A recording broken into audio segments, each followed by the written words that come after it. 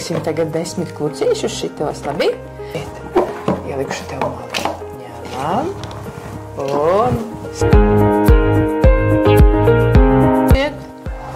Lieliski, Roji, sēžamies, iztaisnojies kā lielais cilvēks, man do 5 mālacis, jo, liels prašu puika man. Laura, tu proti bērniem arī smieklīgos uzdevumus dot. Parādīsiet vienu?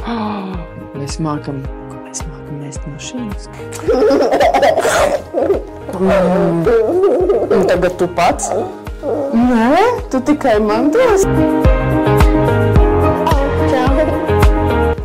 Kāpsi virsū ar abām kājām un taisīs pietupienus. 10, ja?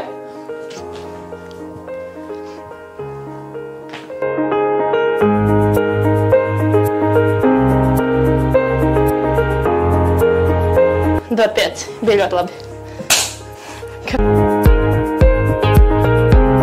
Grūtākais uzdevums bija, ka bērns paņēma bumbu, teica turi, un stāvo, ka tu nevar no manis izvilkt ārā.